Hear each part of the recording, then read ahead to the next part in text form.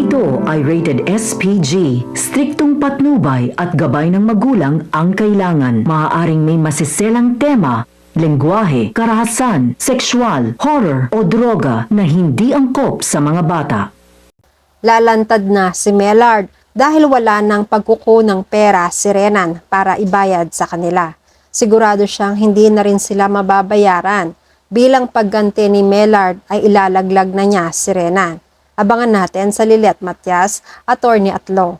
Galit na galit si Renan dahil pinatalsik na siya sa trabaho sa Keystone. Ipinaliwanag ni Attorney Rona na masyado nang nadadawit ang pangalan ni Attorney Renan sa mga kontrobersya. Makakasira na siya sa reputasyon ng law firm.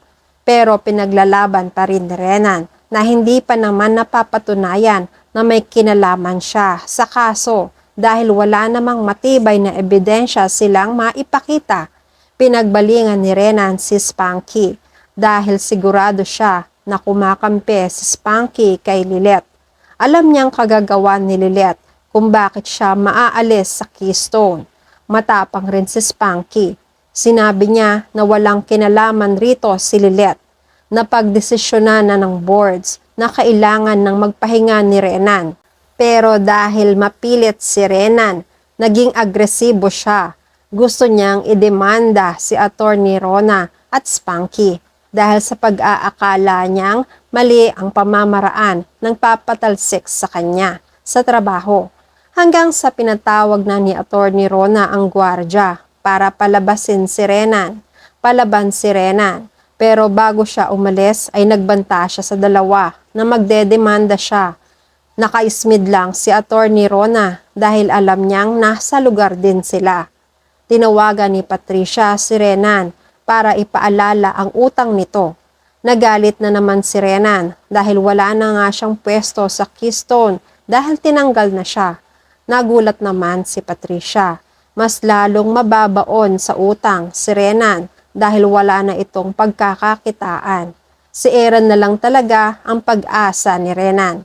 Dahil dito, hindi na muna mangungulit si Patricia. Maghihintay na lang ulit siya kung kailan matutuloy ang kasal nila ni Era para makabayad na rin si Era sa kanya. Pati na rin ang balanse nito kina Vivian. Sinabi pa ni Patricia na wag nang mag-alala si Renan dahil hindi na magiging problema si Trixie sa kanya. Dahil kusa nang lumayo ang anak para isalba ang pamilya nila. Dahil alam ni Trixie na masisira ang pamilya nila kapag umamin siya sa mga kasalanan ng mami niya. Pero may kondisyon si Patricia kay Renan.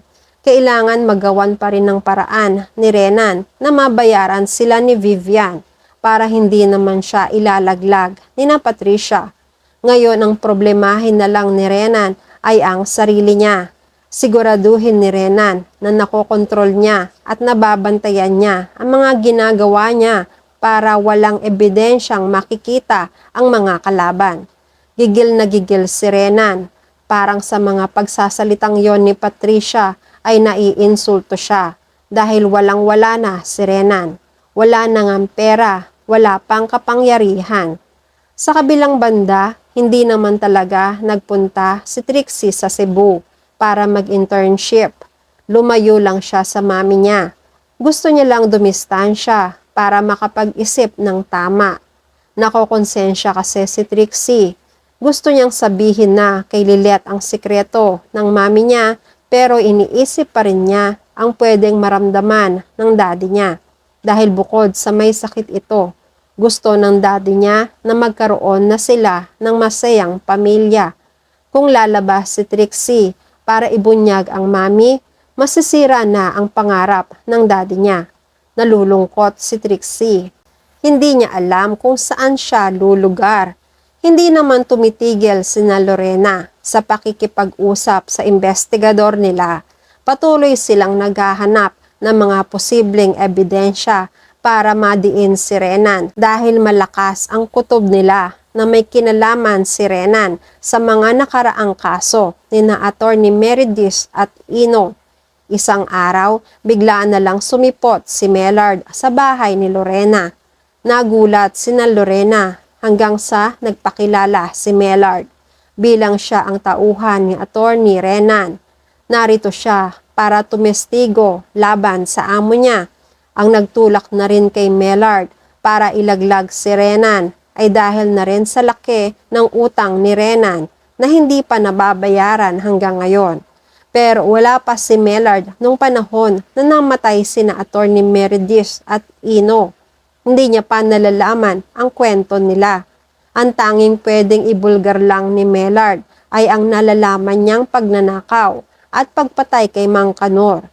Pero makakatulong na rin ito kay Lilet para mapigilan niyang magpakasal si Eira sa mandulokong attorney. Sa pagdating na yon ni Mellard sa bahay ni Lorena, natuwa sila dahil nabubuhayan na sila ng pag-asa. Umamin na si Mellard na tauhan siya ni Renan. Makikipagtulungan siya para madiin si Renan dahil marami na ring atraso ang attorney sa kanila.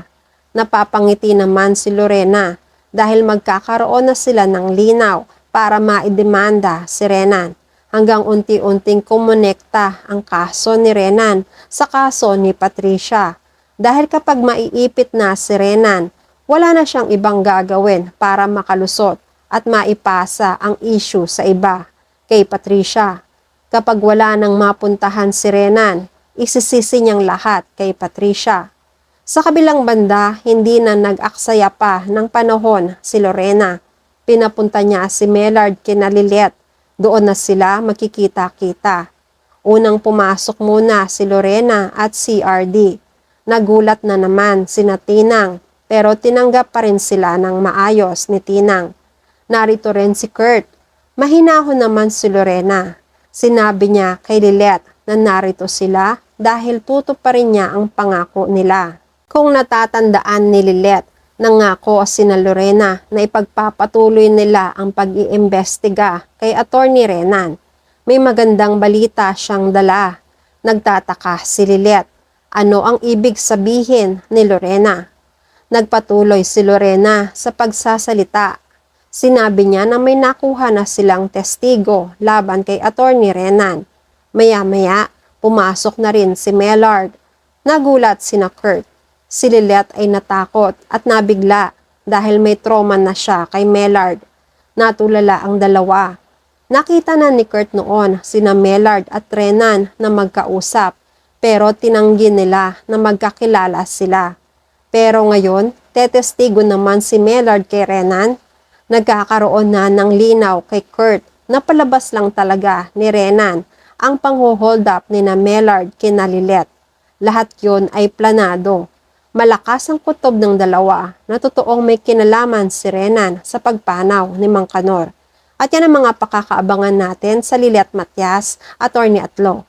Please like this video and please subscribe to my channel. At magkita-kita po muli tayo sa mga susunod pang episodes.